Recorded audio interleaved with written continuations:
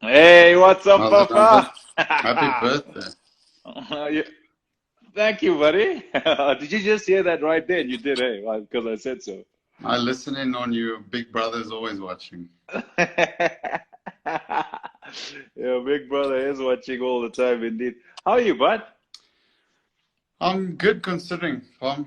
A little bit frustrated that we haven't started yet. It's like this point now where you just want to start hitting balls again. That's all. Okay, so that takes me straight to you haven't started hitting balls then. Yeah, so I mean, we did get clearance about 2 weeks ago to hit balls, but I think the systems needs to be all the stadiums and everything needs to be COVID-19 safe. So I think they're just in the process of getting getting through the red tape. So yeah, the guys are keen to hit balls. I like that. I like the red tape, as there always is. And how have you kept yourself fit through lockdown? Have you been good? Yeah, I've been good. Luckily for me, the day before the level 5 lockdown, I put a little home gym in my garage, just scrapping together whatever I could. And I've actually started running, which is something I've never done in my entire life, which will surprise you because you think a sportsman or a guy that's relatively fit does running quite a bit. But my training has always been sprint work, so like between cones and just work on shuttle work. But yeah, I've been on the road for the last 2 months and I'm enjoying it. Oh, nice. Yeah. Well, I wish I could do a couple of shuttles here and there. The turning doesn't happen anymore. It's not so easy anymore. It used to be. Yeah. Yeah. I'm glad you're on the road. It is fun out there, even though it's cold these days. Are you a morning guy? Yeah, I'm a morning runner, so I like to get up and do it first thing in the morning. So, you know, I don't want to do too far in terms of distance.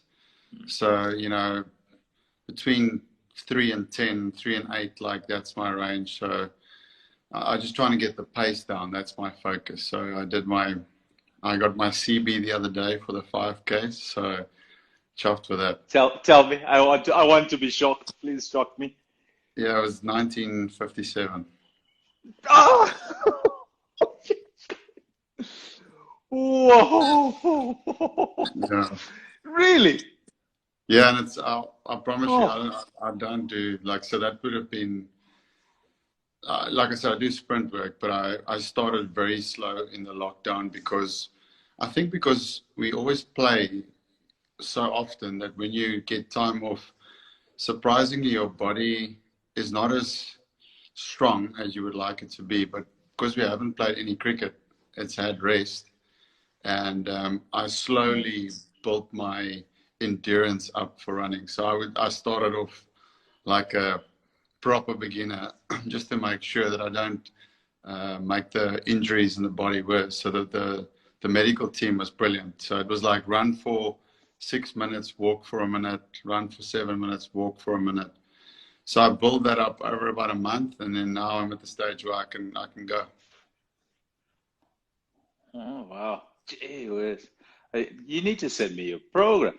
I don't see, I don't know if I actually have I know I have the endurance, I can last, but I don't think I have the capacity to be able to, and the speed You to do, run that far. I mean, you do, oh, Pom. send me You've send got me your to, program. I'll got give to. it a go.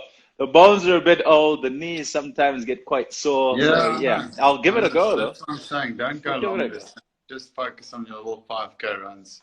I go every second day, so your body gets a bit of a break in between. And then, yeah, I mix it up. Today was a 2K time trial where I just try to run as quick as I can to get, because our fitness test on our 2K time trial. So it used to be a yo-yo test or a bleep test back in the day, but now Mm. they've Bout just brought in the 2K time trial. So that's probably why I started running, because I was like, I need to do well in the 2K time trial. And what do you do 2Ks in? Today was 7 minutes 11.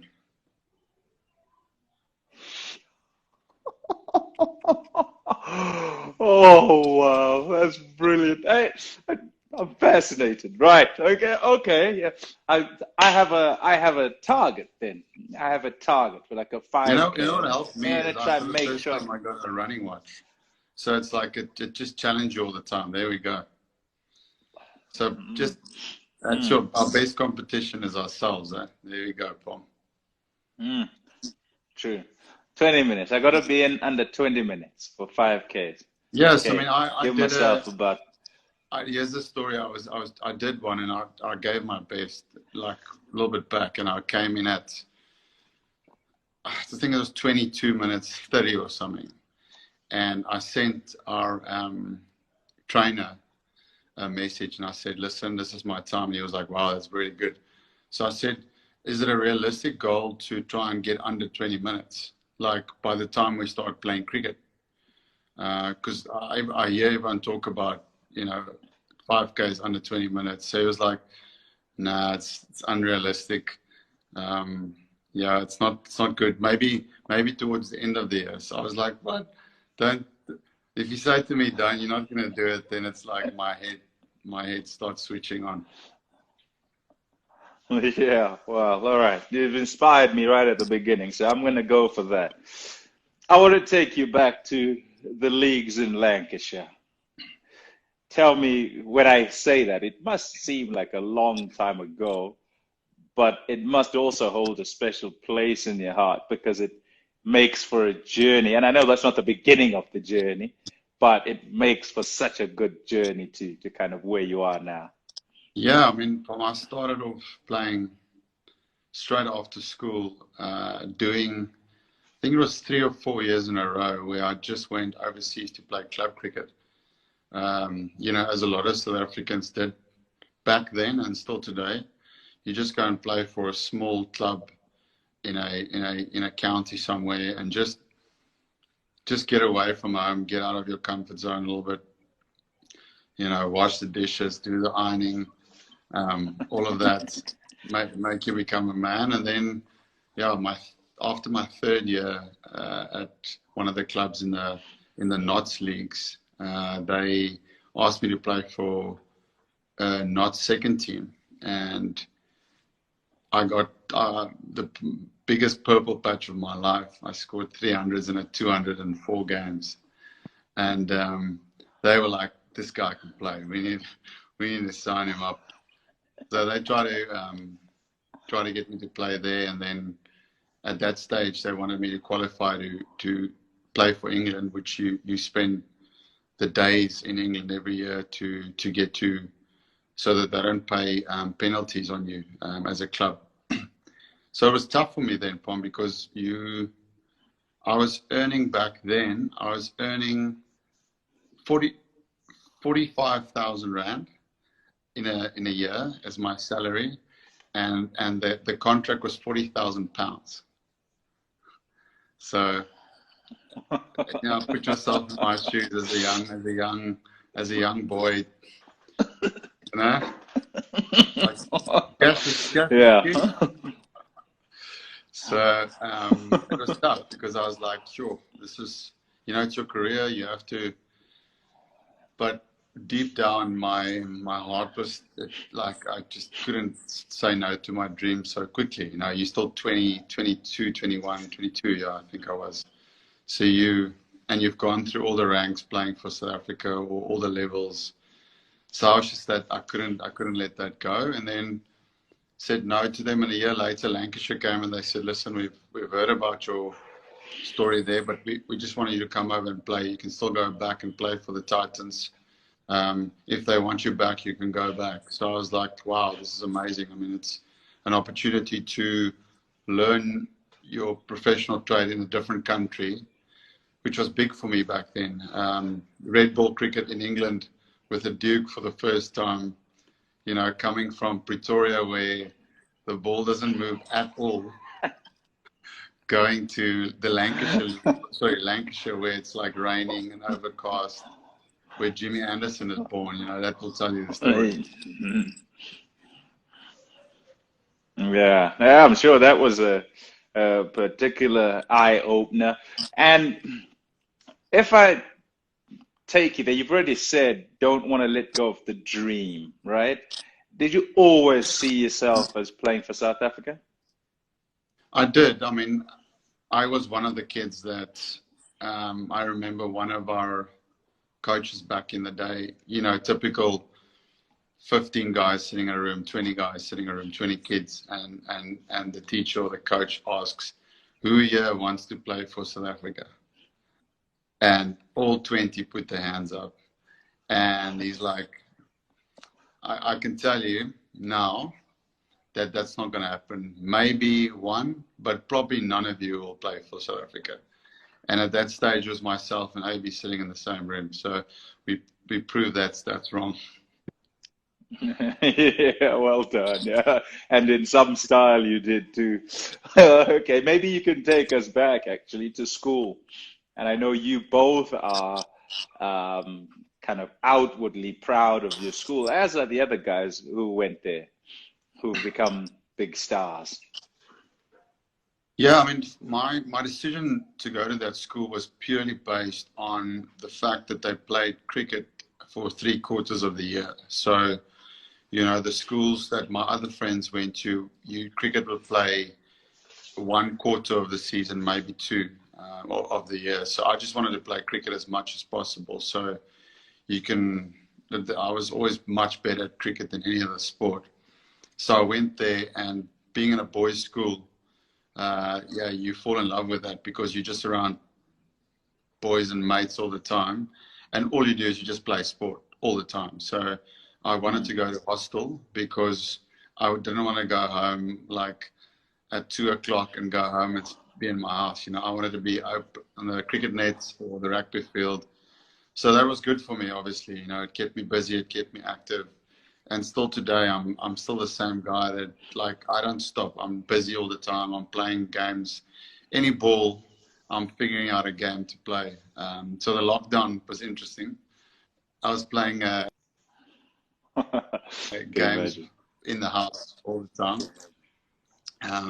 But yeah, both myself and Ivy, we're very passionate about the school that we went to. It's a big part of who we are and the success that we've had. Because our cricket team was so strong, Pom. We lost. I mean, myself and Ivy played towards the end of standard 6. We played for the first team, and by standard 9 in matric, we lost 2 games, I think, in 2 years. So we got so addicted to the feeling of winning, and lucky that you're in a position where you're with a team like that, you know. So we were always, yeah, we wanted to go a long way in cricket, and that was a big part of our journey. How many other guys who were in your team, and I suppose I should say teams, because you play in the first team for a few years, have gone on to play cricket, not just internationally? I know internationally people look and they say international cricketer, what a star, but essentially if you play Mm. for a provincial side and you can play professionally, you've done quite well. You know, so how many are there who, from your school particularly, and from the guys you played with, went on to do that? International I'll start with. So Jock Rudolph, Kruger van Wyk, Neil Wagner, myself, AB, Heine Kuhn. So that's, yeah, 5, 6 internationals in our team. And then a lot of, like, I think Heinrich Leroux played domestic, he played for the Lions. Maybe 1 or 2 guys, you know, outside that played domestic cricket. But yeah, internationally, like, yeah, we hardly ever batted past 4. You know, I was speaking to one of my friends the other day who batted 5, and he was like, I didn't get opportunity to bat, so I would have been a better cricketer if you guys were just given me an opportunity. But like, I was just parking there at number 5. So yeah, we had a really good strong team. Yeah, excellent. You stunted the bloke's career. You know, he could have been a cricketer, and he's probably had to go into business or something like that. You know, instead. Yeah, it worked out pretty well for me. He's my agent now, so that's all right. Well, there you go. You're paying back now. I look after Yeah. him. So nice. Take it to debuts. I say debuts because I mean they're pretty special, both of them in a way. But you'll go with me and you'll tell me kind of which way. One more special than the other, no doubt. Tell me your feeling when you in 2011, and if I remember right, it was Cape Town, and you came into the side, and you're this young guy who many of us sitting in the commentary box would go, yeah, yeah, yeah, not sure. Like, why this guy? And I think he Mm. got 60. I think it was an Indian tour, and then Yeah. subsequently went Yeah. to the World Cup.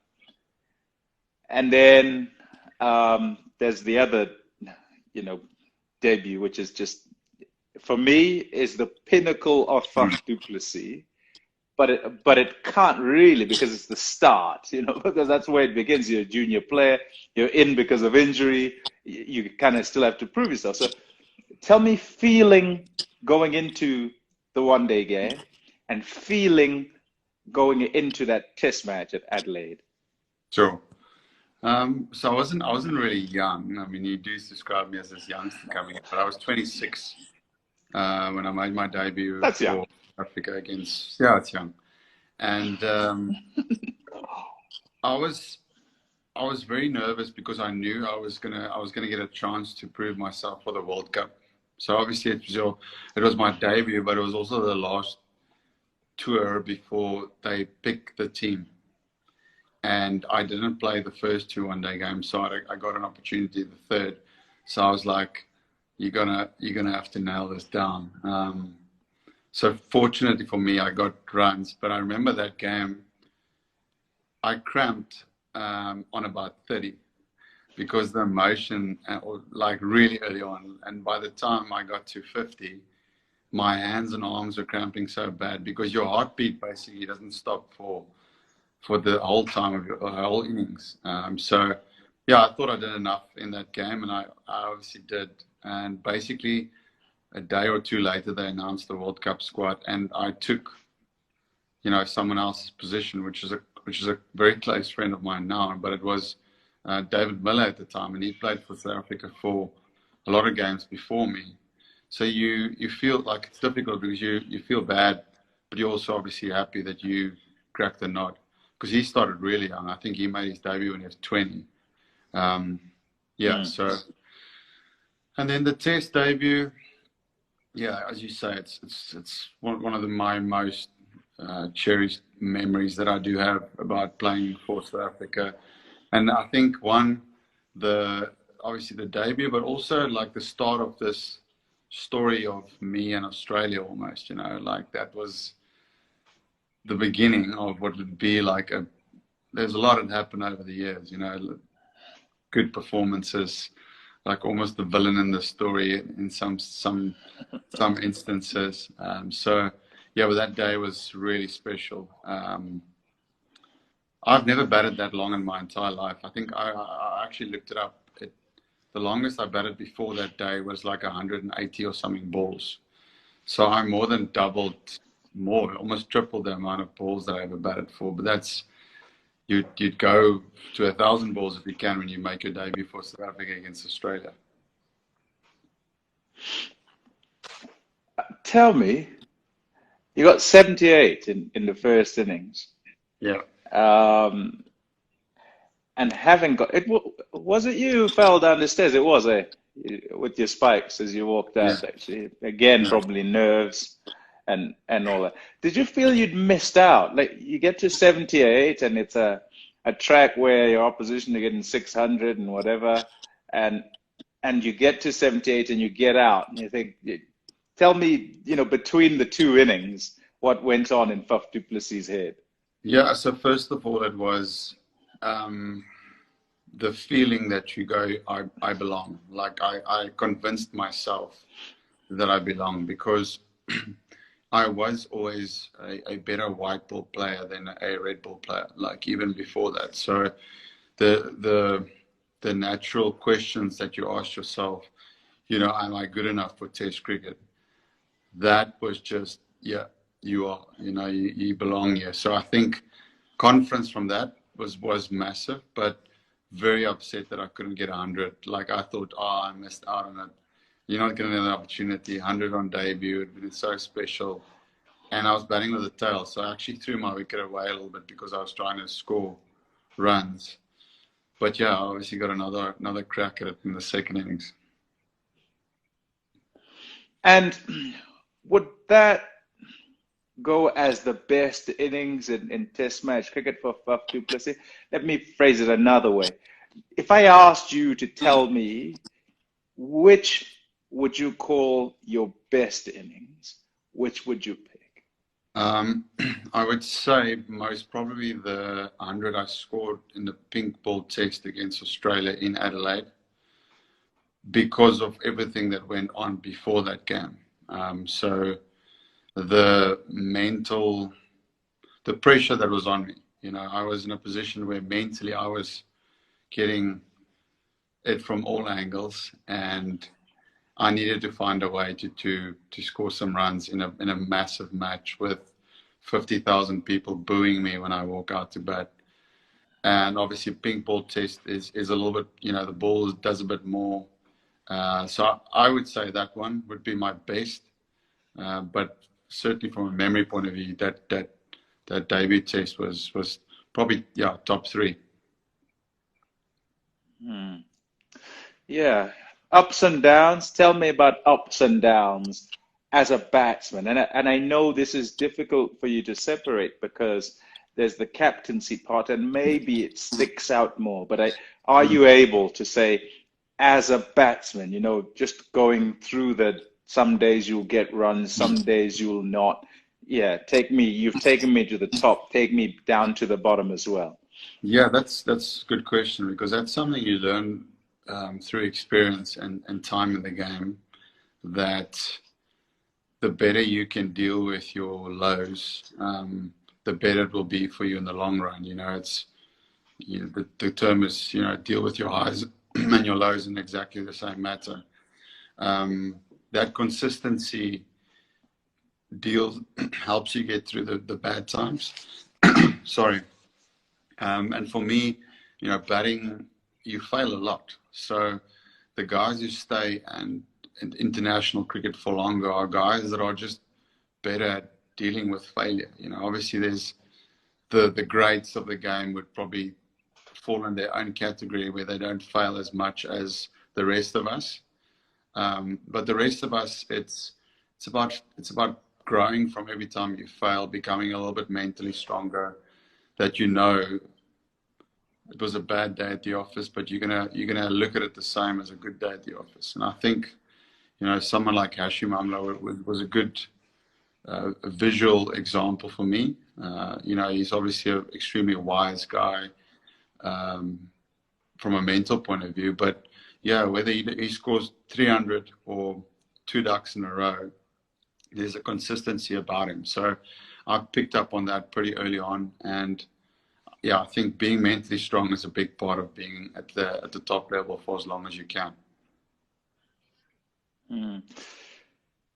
Let's go into the captaincy part, which I say you can't separate, but you have to, because it's entirely a different role, isn't it? And I mean, it's one thing to captain at provincial level,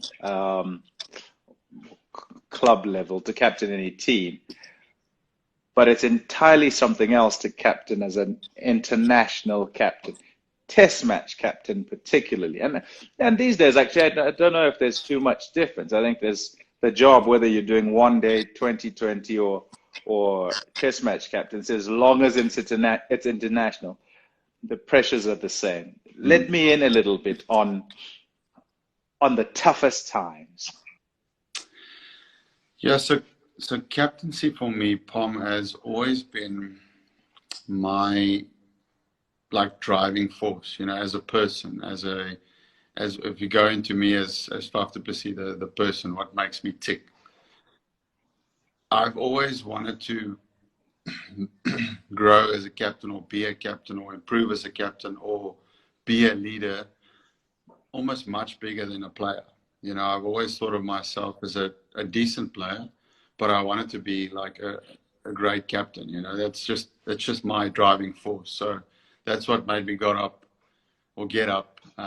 in the tough times, especially the last season and a half, because the driving force was so strong. But the hardest times was 100% the last year of captaincy. I think none of us really. I mean, we had an idea of all the players that we would lose out on, but we didn't plan as well as we should have to make sure that it doesn't just disappear overnight. Almost, you know, within a year you lost so many players, and at the same stage, there was a lot of behind the scene things that required my energy, which normally doesn't fall on your captaincy plate. You know, captaincy plate, I'm talking about a normal captaincy plate. It's just, you know, you focus on the tactics on the cricket field and you try and add some value to players, you know, off the field, try and get the best of them. But, you know, there was times where I felt like I was the manager, the coach, director of cricket, CEO. Like it became, I put a lot of energy into all of those spaces. And of course I didn't need to, but I felt I needed to do it to give the team the best opportunity of being successful. And that was, in hindsight, a big emotional drain for me over a season of 12 to 14 months. Is it possible for captains not to take things personally with their team at all? Because there's a case, isn't there, for just taking ownership. It's necessary. Like if you're going to be a good captain, you must own your team. And if you don't own your team, then that's the only time you can sort of go, yeah, whatever, you know? I know what you're saying. I think for me, the answer is no. And that's why I said, you know, for me, captaincy was first before me as the player. So when the team was struggling, I carried it on my shoulders to try and see what I can do better. Where can I grow? Where can I learn? Where can I make sure the team improves? So, yeah, I didn't think for me it was I was able to separate it. Obviously, you try and make sure that it doesn't, because that's the info or the knowledge on it. But for me, it did. Okay, and if you were to go the opposite, right? Those are the horrible times, the most horrible time, which is the last year. What was the best time as captain? Can you think of what the highlight of your captaincy was, just from a feeling and enjoyment perspective in the job? Yeah. Yeah, we beat Australia 5-0 in the one-day series. That was really special. My first away tour as Test captain was against Australia in Australia, and that series was obviously that I spoke about the ping ball test a little bit, but that series was an incredible series because we went over there with a okay batting lineup. We just lost AB as he went on a sabbatical, or I don't know if he retired from Test cricket or something, but he wasn't there, so we had a gap there, and a new opener and Stephen Cook. So we didn't have an experienced lineup batting and bowling. And I remember the first test, day one, Dale breaks his arm or his shoulder, and we ended up being two bowlers, two seamers, and a spinner that's making his debut. So, like, at the end of day one, you're going, why me? What is going on? And yeah, to have won a test match from that position, because they went at 5 and over on day one, it was a horror of a day one. Like, you walk into the change room and commentators, the TV is going, South Africa is going to get absolutely smashed this series. They don't have a strong team. You know how it is in Australia. And we turned it around and we won that test. And second test, we went to Hobart and we beat them again and to go 2-0 up there. So another special memory. And then the last special memory as captain would have been the season we had. I think it was 2018 when India and Australia was here straight after each other. 2 test tours where we beat India 2-1 and we beat Australia the first time. I think I'm speaking on a correction here, Pom, but the first time we've beaten them at home, which was it was an amazing 2 or 3 months. And that series against Australia, wow, you guys must have enjoyed commentating that series. There was a lot of stuff happening. There was a lot of stuff happening, and yeah, it affected people for some time after that as well. Take you to a subject that, and I've seen a few of the comments. You might have comments disabled, Joran, but I like to watch what people are saying as well as we chat. And it's a question about the World Cup, about I suppose the answer in your mind as you look at it, and with the last year having been difficult, with the World Cup also having been difficult, you know, how that is going to turn around. You know, I mean, we can't know why it's gone wrong. We know it's gone wrong, and sometimes when you've been pretty close. But what do you think? Well, I can give you my opinion, Pom. I think from a brains trust point of view, we went over there knowing that we had a okay batting lineup. We had a season or two where there was not a lot of consistency within our batting. You know, 2 or 3 guys had really good seasons, but we didn't really fire as a top 6 for a while. So we knew that, and that was okay.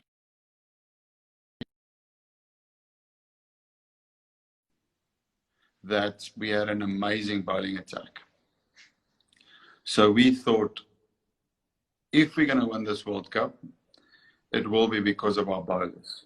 Kagiso Rabada, Dale Steyn, Lungi Ngidi, Andrich Nortje, who was like our secret weapon. We didn't want to play much because we wanted to take place. Yeah, like almost like a Jofra Archer for England. That Ace was in our the pack. plan even before the World Cup. And we knew that, and we had good spin. So once again, we had a very good bowling attack. So when I'm saying the brain trust with myself and Otis, knew that if we could get runs on the board, like, we'll be one of the top teams.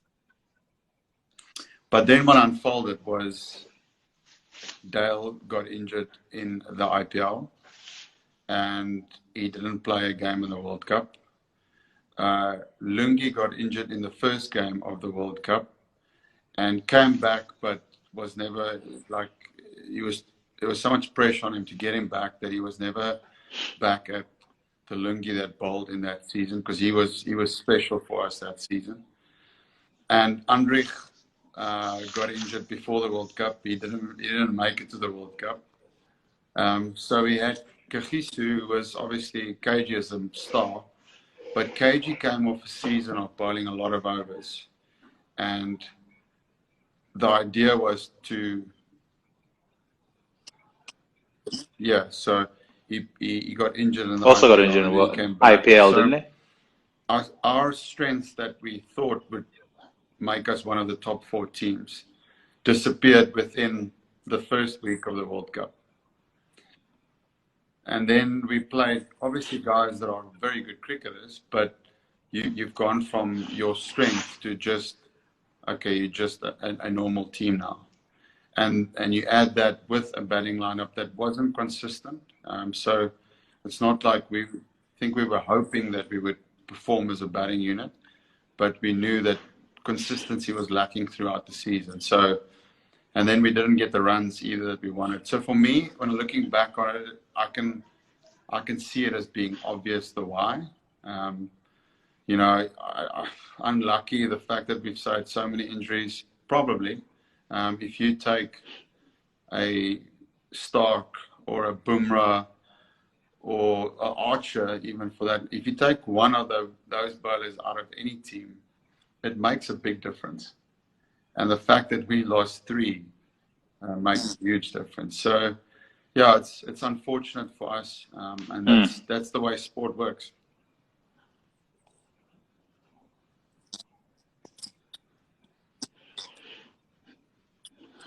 Well, speak generally. I didn't mean your World Cup Oh, campaign, by the way. I just meant sorry, generally in World Cup you should have campaigns stopped me for there. South Africa. You know, in totality. Yeah, not yours. Yeah, I know why yours didn't go well. I watched it. Well, no, I was yeah. So interested in what you're to saying. be I genuinely was. 100% honest, I think it's just mentally we're not where we need to be. Simple as that. You know, we've got the same skill than other teams, other players. We are faced with a scar that is something that we carry every time we get there. And that's, you know, call it choking, as everyone would talk about. So we don't deal with pressure as well as we should. And that's for me, it's obvious. You know, I've had 3 World Cups with South Africa, and we try to deal with it as best as we can. But that's our stumbling block, and the only way to get over that is to crack through that ceiling and win one, and then it'll be fine.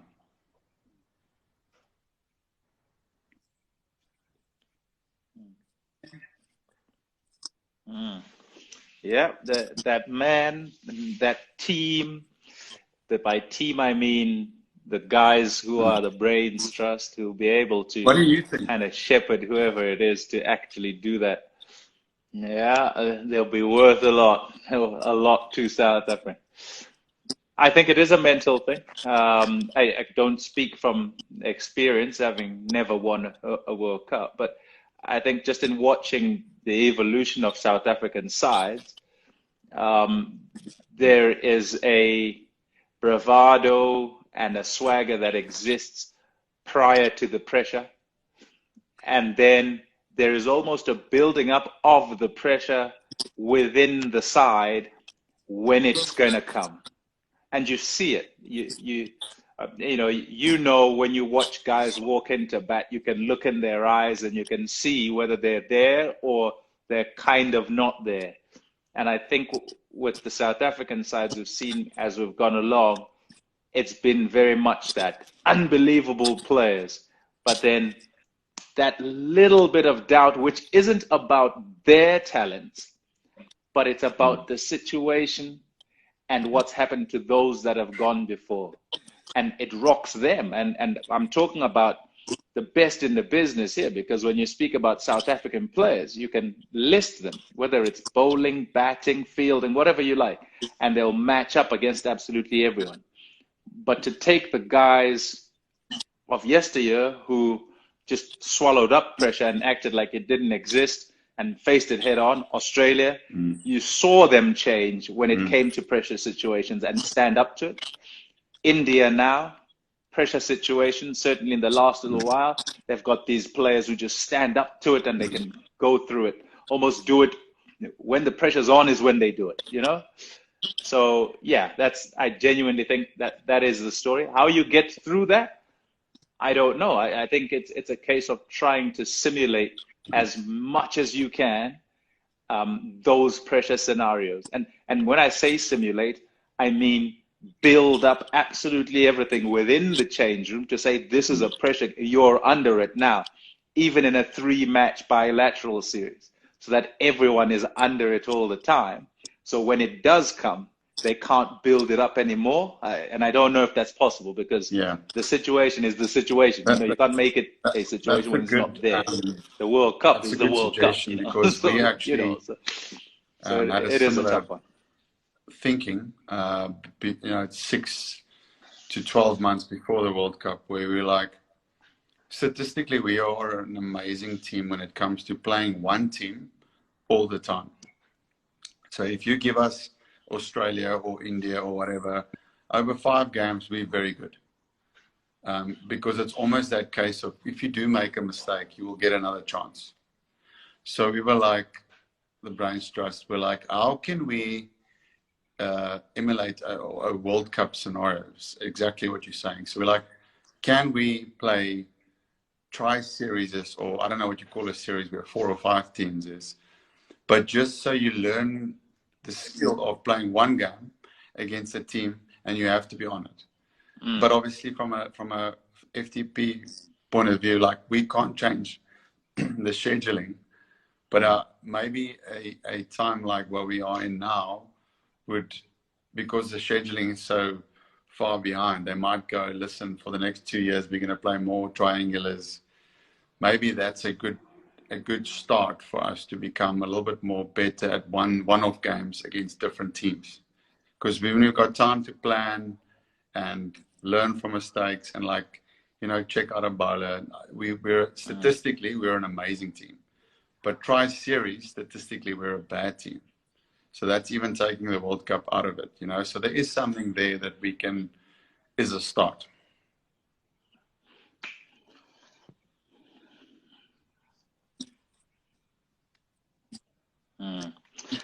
Okay, from a chasing success to a finding success, and being able to fit like a, you know, hand in a glove in a CSK team that just wins.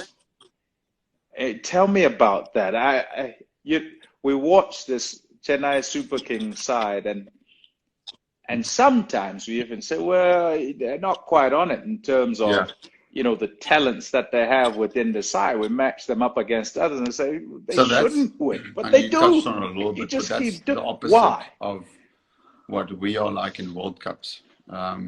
There's just a confidence that it's okay, you know, no matter how bad it looks on the field, what situation, there's a confidence in the dressing room that, you know, someone will pull it through. And a lot of the times it's someone different every time. It's not the same guy. I mean, probably MS on exception is the one guy that's done a lot of it. But the rest of the guys, they share the load in winning games. And it's just a confidence thing by doing it over and over and over again.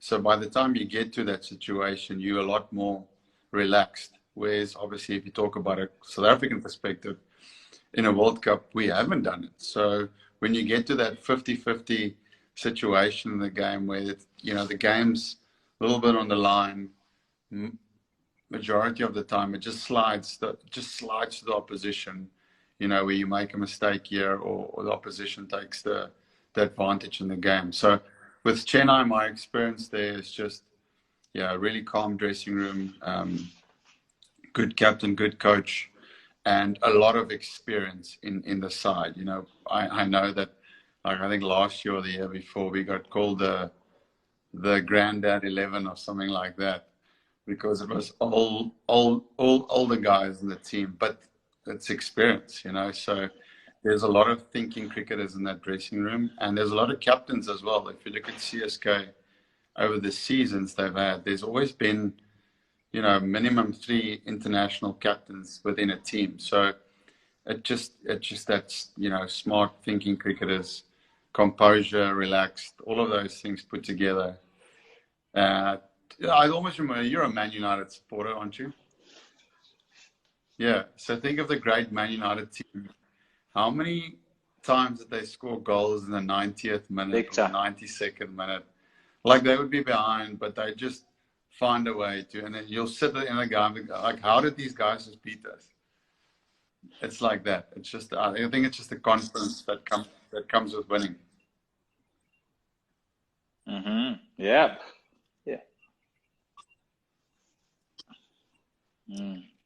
Anything particularly that's said in the change room? Because I'm interested in this, because so often I speak to guys, and y'all hear guys speaking to others, and they'll say, nah, Flem and MS don't say too much. We speak on a kind of singular level, you know, one-to-one with the coach if there's something he wants us to know. But extremely generally, no. Is the nothing. sense of, like, that you would think that there would be, but there isn't.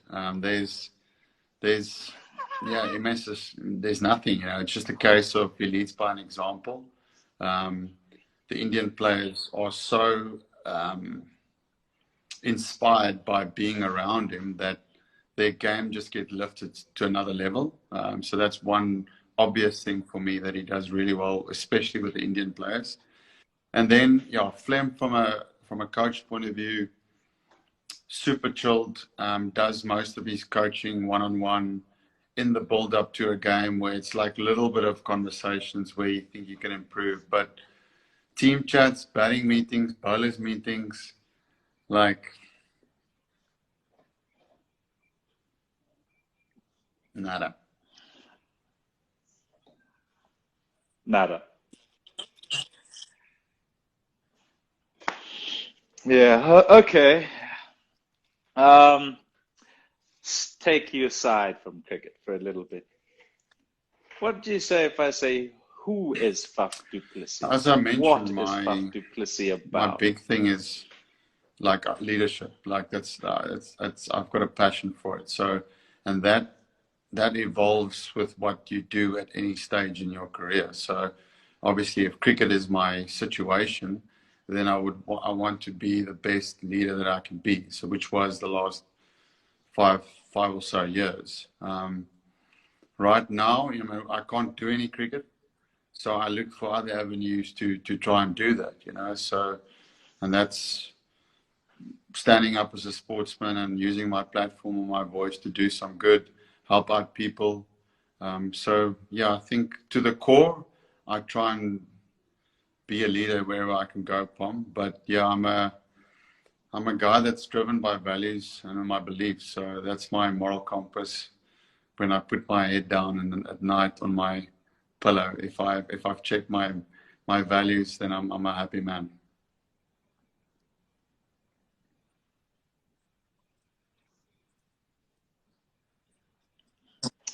One of my sons asked me to ask you this.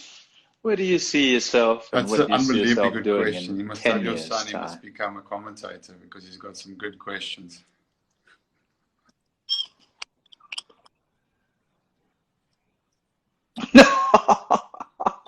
No thanks. No, too much He'd traveling. say no. No, he'd Um, say no thanks. yes, something to do that takes us as a country forward. You know, I'm passionate about that. You know, as I said, I want to do something that's great that will, you know, I don't know if you want to call it inspire or, you know, just move us as a country forward. So I don't want to go away and not do anything where I'm put in a position where I can affect positive change once again as a leader. You know, like I would love to do things that is, and that's why it's amazing being good friends with Sia as well. I can see that in his eyes every day. Like he's so inspired by making a better future for kids in South Africa that it's like, yes, this is exactly what I want to be part of. You know, I want to make sure that our country becomes, you know, even in 10 years' time, if I can play some sort of role by helping other guys win a World Cup in some small way, or kids in school in 20, 30 years' time, I think that's my vision is bigger than myself. You know, I just try and put myself into situations where it's not actually about me, it's about helping other people.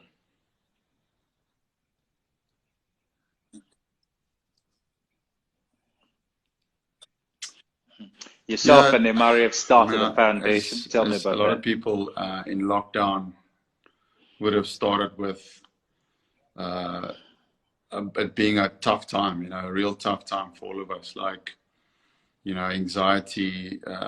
You know, for me, it was when am I going to play cricket again? When are we going to allow to play? When are we allowed to be traveling? We're missing out on the IPL, which is a big part of our season. So it started with me, like me, what's going on with me? And I was watching a video of a lady in her community that was just on Instagram talking about how much joy she has. And she had this little tiny house of nothing. Yeah, yeah, I saw that. joy. And she was just I like, saw this is that my video. living room. And This is my, joy is the word. like she was so proud of what she had. And in that moment, instantly, my heart changed towards, it's not about me anymore. Like I want to shine a light on people like that. So that's how it started. So I was like, this girl is amazing, and I'm gonna tell her a story. So I think I just put her a message on my Instagram or retweeted the post or whatever. And then it was like, okay, cool. I'm gonna run with this. I'm just gonna focus on highlighting how amazing other people are and what they are doing right now. So it started with people that were serving in their communities, people that were dropping food. And through that, I was like, okay, you are doing a nice thing by showing how amazing other people are, but you are not really like getting in the mix of it. Like, it's one thing just sitting and saying someone is doing something good, but I really felt moved to, with Emery,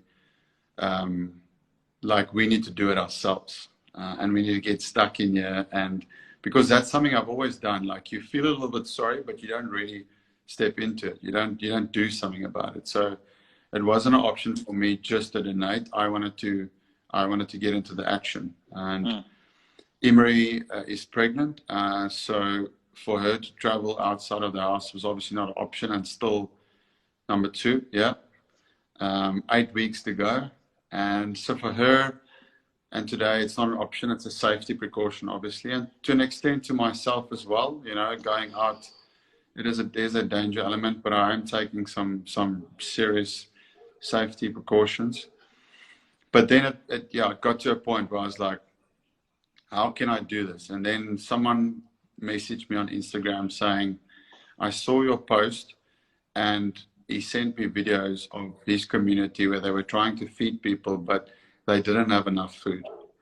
So it started with that, and we wanted to raise 17,000 Rand to feed, like, I think it was 150 families or something. And we got it. So we're like, yes, see, this is good. We can make some changes. So it started with that, Pom. Sorry, it's a long story. I don't want to bore you with the details, but I have to start where it started for me. And then No, you're good. You're good. Yeah, we felt like, you know, that can't be it. That can't be all that we're doing. You know, it's like one project. So it just organically grew to the next one, to the next one. And then we were like, okay, if your dreams doesn't scare you, it's not scary enough. So let's go for something big. Let's go something that's big, like it's a big number. So it's going to require a lot of our time and energy. So we started through Hillsong Africa Foundation. I never wanted to open up a Plessis Foundation. I didn't have the need for it. So I wanted to do it with someone that was already doing things already that I could just help. And we said, okay, cool, 500,000 Rand. It's going to feed 35,000 kids. That's a pretty scary dream. Let's try and do that. So we're in the process with that now, Pom. And yeah, I'm believing we're going to get it.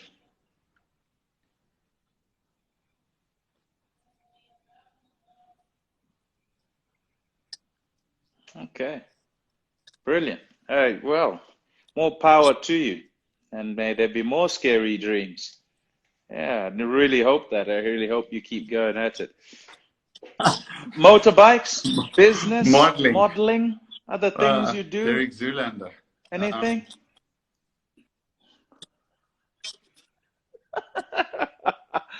I spoke to David Miller, and he said you would be the guy. Have you ever seen him with a shirt on? I don't think I've ever seen him with a shirt on.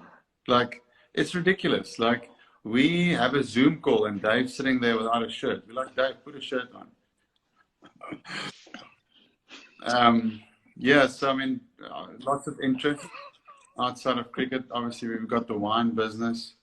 That was a little bit of a problem area here in South Africa with the lockdown, with the alcohol booze for ban for, what was it, 2 or 3 months. So not much happened there. But yeah, there's a lot of other interest in business, but most of it through Corona has been quiet.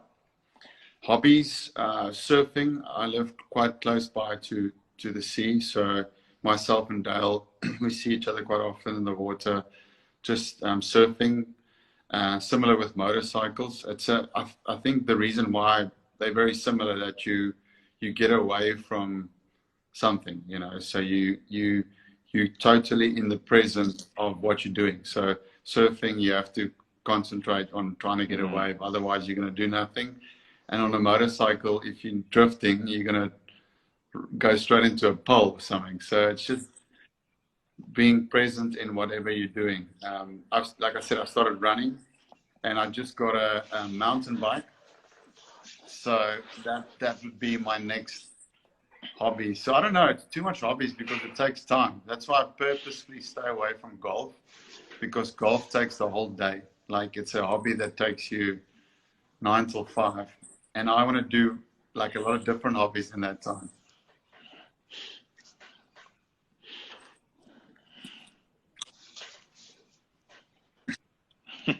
Fair enough. Right.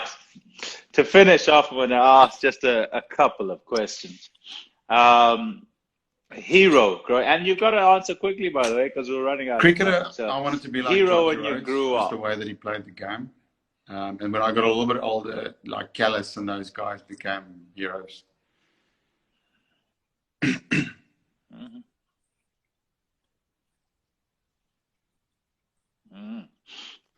Best friend, sure, difficult South one. Africa cricket. AB has been missing in this team space of the South African cricket team for a while. So towards the end, JP Duminy was a top friend of mine. Great heart, great soul. So we spend a lot of time together. So I would probably say currently JP Duminy.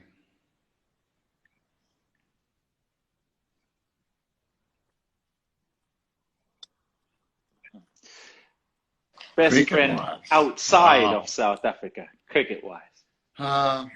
Probably guys that I've played with, you know. Chennai through the years. Who am I in contact with? You know, someone from New Zealand guys are good guys.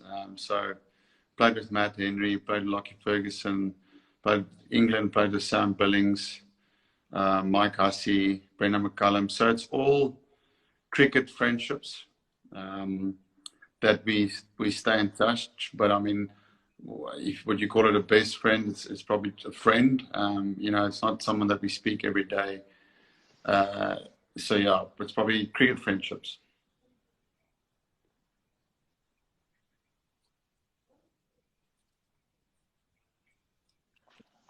Okay, well, that's all we've got time for, Faf. Thanks so much for taking the time. I appreciate it. And all the best with everything. I hope it's not done yet. I know it isn't at present. Thanks for having me. And all the best with getting ready for after the lockdown. Yes. Thank you, yo. 8 weeks. Yeah, take it easy, bud. And Bye. all the best with number 2. Cheers, bud.